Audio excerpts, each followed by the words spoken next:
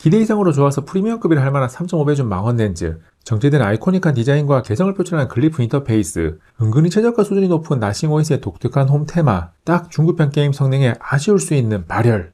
안녕하세요, 꾸런지 PD입니다.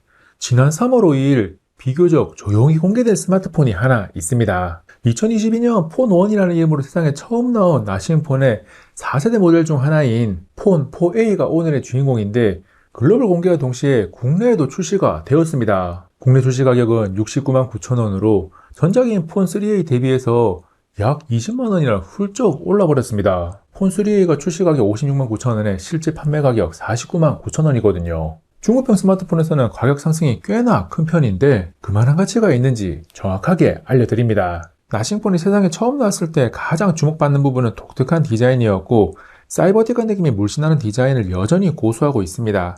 그래서 폰 4A를 보면 확실히 눈에 띄는 모습으로 현 시점 시장에서 개성이 가장 뚜렷한 외형을 가지고 있는데, 소비자들의 선택을 끌어낼 만한 디자인이냐라고 누군가 물어본다면 의문이 남습니다. 누가 보더라도 바로 나싱폰이만 알아볼 수 있는 디자인을 갖추고 있다는 것은 분명히 긍정적인 요소인데, 한눈에 각인되는 독보적인 디자인이 꼭 소비자들의 선택으로 이어지는 매력 포인트는 아닙니다. 폰 4A는 6.78인치 스마트폰으로 가로 77.6mm, 세로 164mm로 전면 베젤이 얇은 편은 아니라서 6.9인치 스마트폰인 아이폰 17 프로 맥스나 갤럭시 S26 울트라와 비슷한 크기를 가지고 있습니다.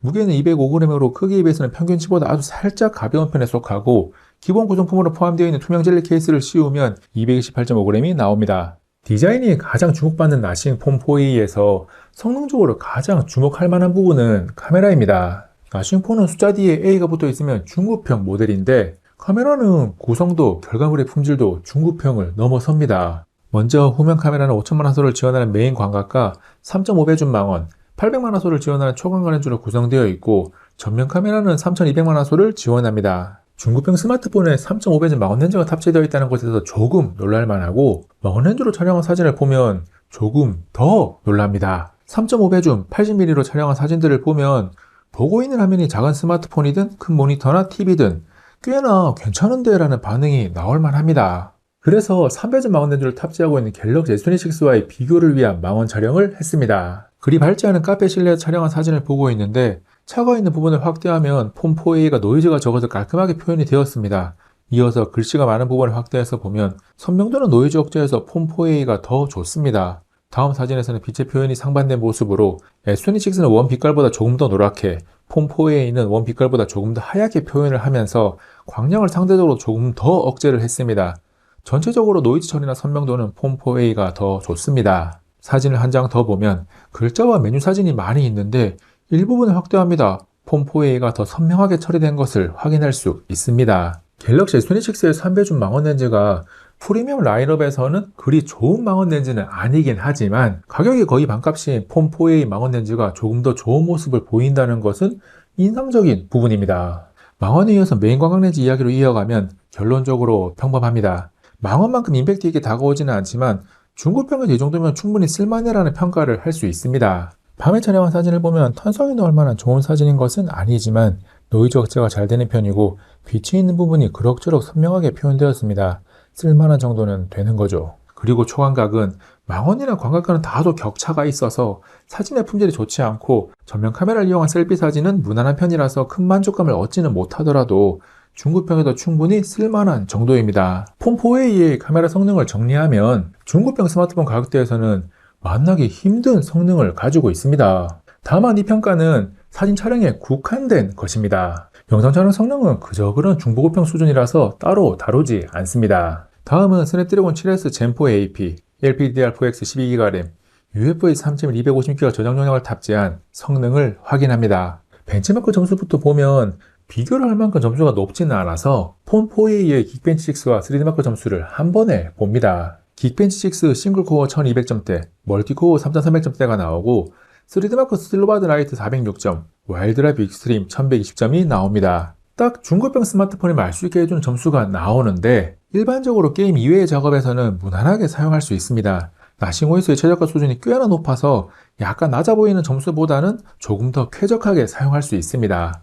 이 정도 벤치마크 점수가 나올 때 게임 성능이 어느 정도가 되는지 원신을 플레이했습니다. 그래픽 최고 설정으로 1시간 이상 플레이를 하면 던전에서 연속 전투를 할 때 40에서 45프레임 정도가 나오고 파도배를 타고 고속으로 움직일 때는 35에서 40프레임 정도가 나옵니다. 게임을 즐기는 주된 이유 중 하나인 화려한 그래픽을 조금 포기하면 어느 정도 게임을 즐길 수 있는 수준은 됩니다. 다만 게임시 발열이 다소 있는 편으로 전면 디스플레이가 43도에 가까운 42도대가 나오고 후면은 43도대를 기록합니다.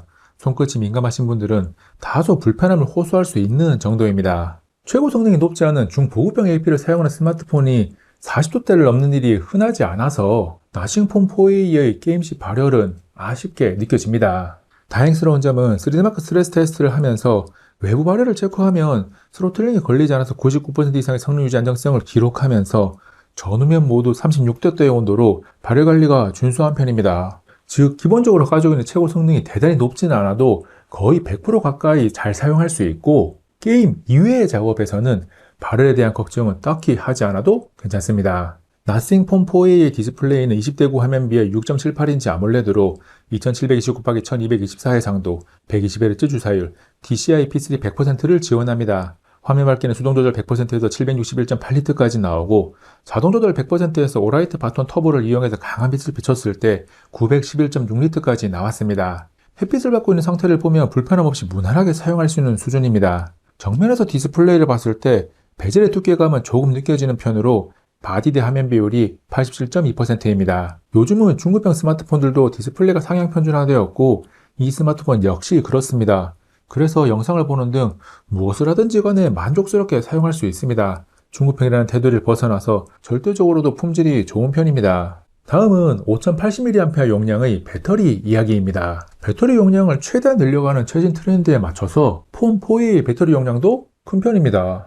사용시간 확인을 위해서 유튜브 4K 60프레임 영상을 화면 밝기 100%, 볼륨 20으로 반복 재생했는데 여러 번 테스트를 해본 평균이 약 9시간 50분입니다. 배터리 용량에 비해서는 살짝 아쉬운 감이 있는데 절대적으로는 사용하기에 부족하지 않은 사용시간을 가지고 있습니다. 이어서 게임 원신을 이용한 배터리 테스트도 진행을 했는데 시간당 25에서 27% 정도를 소모해서 평균적으로 약 3시간 50분 정도 플레이가 가능합니다. 충전은 스펙상 최고 50W를 지원하고 시중에 판매 중인 어댑터나 고속 보조 배터리 등과 기본 내장된 케이블을 이용해서 확인을 해보니 대부분의 구간에서 30W로 충전이 됩니다. 100% 완전 충전까지 걸리는 시간을 여러 번 측정을 해본 결과 1시간 4분에서 7분 사이입니다. 다음은 스테레오 스피커에 대한 이야기로 카메라 다음으로 인상적인 부분입니다. 결론적으로 중급형 스마트폰들 중에서는 최상급 스피커라고 할 수 있고 가격대를 생각하지 않고 절대적으로 판단해도 이 정도면 괜찮은데 라고 평가할 수 있습니다. 세부적으로 고음이 조금 거칠긴 하지만 뻗어나가는 힘은 좋은 편이고 저음은 좋지도 나쁘지도 않은 무난한 편입니다. 각각의 다른 소리들이 붙어있는 느낌이 다소 있지만 공간감이 제법 들을만하고 보컬의 목소리가 돋보여서 음악 감상을 하기에 꽤나 괜찮습니다.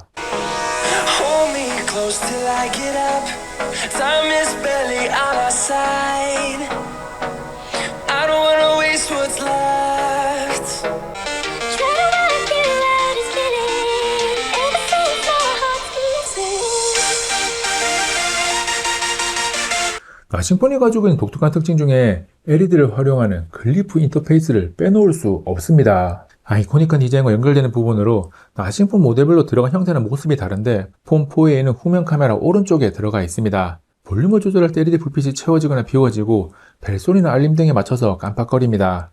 그리고 빨간색 네모 모양이 하나 보이는데 영상을 촬영하면 촬영 중이라는 표시로 불이 들어옵니다. 글리프 인터페이스는 보고 있으면 신기하긴 한데 사용자 입장에서 매력적이라고 느낄 만한 포인트는 아닙니다. 보통의 사용 환경에서 딱히 필요하다는 생각이 들지 않거든요. 물론 청각 장애인 분들에게는 시각적으로 무엇인가를 확인할 수 있다는 것이 충분히 의미가 있습니다. 그 밖에 지금까지 이야기하지 않은 요소들을 정리하면 와이파이 6, 블루투스 5.4, NFC를 지원하고 IP64 방진 방수 능력을 가지고 있습니다. 여기서 IPX4 방수 능력은 모든 방향에서 분산되는 액체로부터의 보호를 의미하는데 실질적으로 생활 방수가 된다 정도로 이해하면 됩니다. 센서는 자이로, 가속도, 근접, 방향, 조도 등 스마트폰 사용에 필수적인 것들은 모두 탑재했고 광학식 온스크린 지문인식을 사용할 수 있습니다. 그리고 업데이트는 OS 메이저 업데이트 3회, 보안 업데이트 6년을 지원합니다.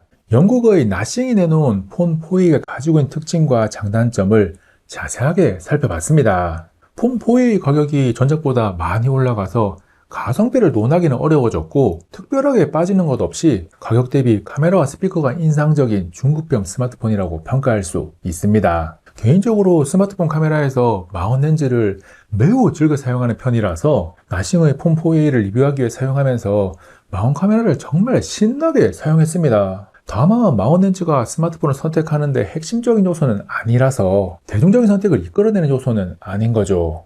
나싱 폰 4A에 대한 한 줄 평을 남겨보자면 획일화되고 있는 스마트폰 시장을 크게 한번 흔들어 보겠다는 꿈을 가지고 아이코닉한 스타일을 만드는 것까지는 성공을 했는데 그 다음 소비자들의 선택을 부를 만한 대중적인 한방이 아쉬운 스마트폰입니다.